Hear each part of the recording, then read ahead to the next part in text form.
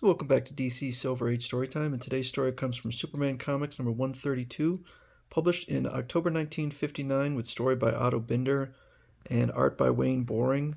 And this one, what is it called? I'm not sure. I'll have to look up the name of the story. What would Superman's other life have been if Krypton had not exploded? This amazing history lets you grow up on the planet Krypton with Superman from childhood to manhood in 3 parts. So this is a 3-part story. And we're going to start with part 1, Krypton Lives On. If history were changed and Krypton did not explode, what would have happened to Kal-El? Krypton will not explode, Laura. I guided back the space rocket of Kal-El, our baby son. Great Scott, this machine predicts what my life would have been like if I had grown up with my real parents, Jor-El and Lara, on the planet Krypton. So, Batman and Robin have come over. They were looking for a gift to get Superman, and they brought over these photographs. But these are only copies. This is Superman speaking. These are only copies of the photos of life on Krypton, my home world. I made the originals by overtaking and photographing light rays that had left Krypton before it exploded. And apparently, the light rays contained posed pictures of Kal-El and his parents and other things. Yes, says Batman, we know, but feed these photos into your super UNIVAC as factors so we can learn how to solve this super problem. What would Superman's other life have been if Krypton had not exploded? So they go through and they feed the pictures in, and the story starts up, but it appears to be the same as the actual story. But then the UNIVAC says, "Attention, history will now change. Lara, the earthquake stopped. All's quiet now. Has Krypton's doom been prevented? But how? I'll check the jet flyer. Jor-El, my special anti-atomic ray stopped the chain reaction within Krypton. It will not explode now." So he manages, Jor-El, to send another rocket ship up to divert Kal's back to Krypton. My baby, safe and sound. You'll live and grow up with us after all. So we see young Kal-El, and they also brought back Krypto. The Super UNIVAC is only showing the highlights of my other life, skipping months ahead each time in the scene. I'm learning to walk. Me can cross room alone now, Mommy. I swear, I don't think these comic writers... I know Otto Binder did have a child. I don't know at this point the age, but unfortunately, it was a sad story.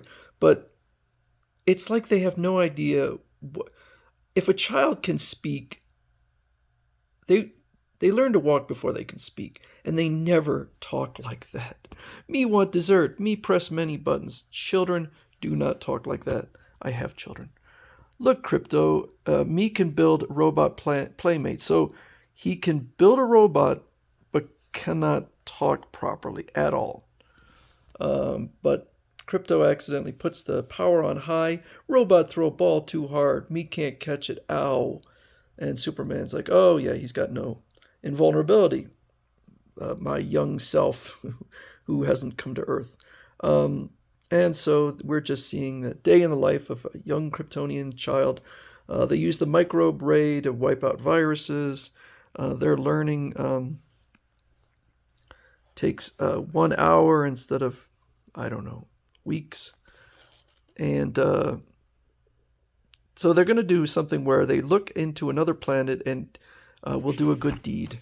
And so Kal-El decides to look in on Earth, sees this couple, this elderly couple headed towards a lake, and uses a button to dry up the lake. I've always wondered, where in the hell is Krypton that it seems to be this close to Earth? It's certainly not in our solar system, but apparently this ray is able to beam from Krypton to Earth in the moment between where this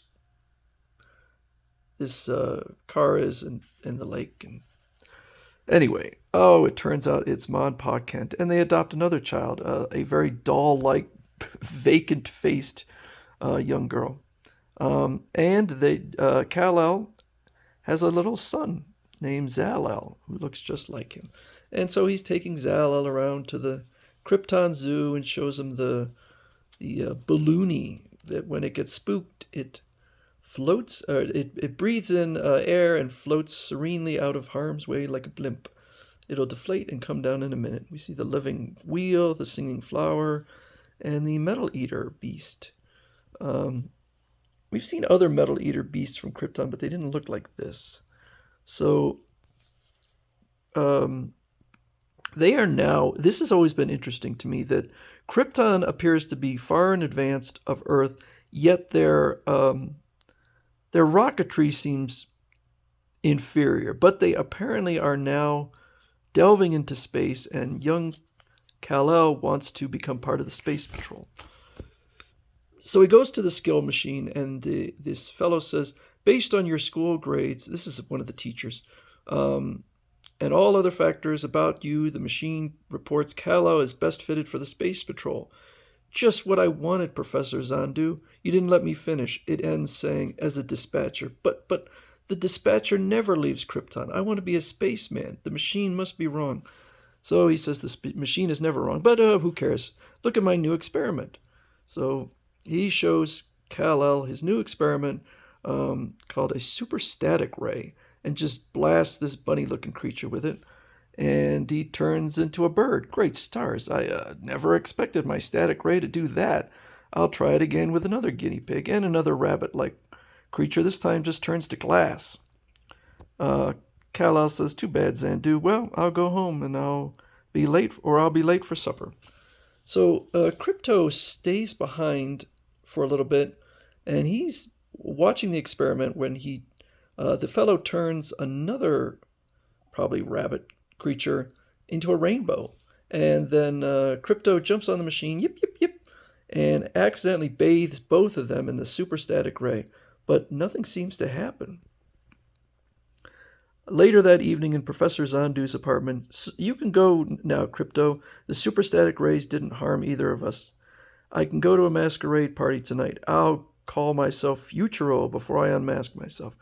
Meanwhile, Kal-El says, how's that, Crypto? I saw Earth clothing through the space telescope before and ordered this costume from the tailor. They often wear glasses on Earth, too. So a tailor can make that? So I also would like to know why, in the same day where he looks like a child, now he looks like an adult. Look, Batman, by sheer chance, Kal-El made himself look like Clark Kent, my secret identity here on Earth. All right. Isn't this new Sky Palace wonderful? Anti-gravity forces keep it floating in the air. You have a magnificent view of the city as you dance. Help! The Sky Palace is tipping. What's wrong? The anti-gravity device must be failing, but we can't get out to our rocket ship. The door is jammed. We're falling faster and faster. We'll crash below. Great Scott, all the people are trapped in the falling Sky Palace, including Kal-El. Is this the way I would have died as a youth in my might-have-been life on Krypton?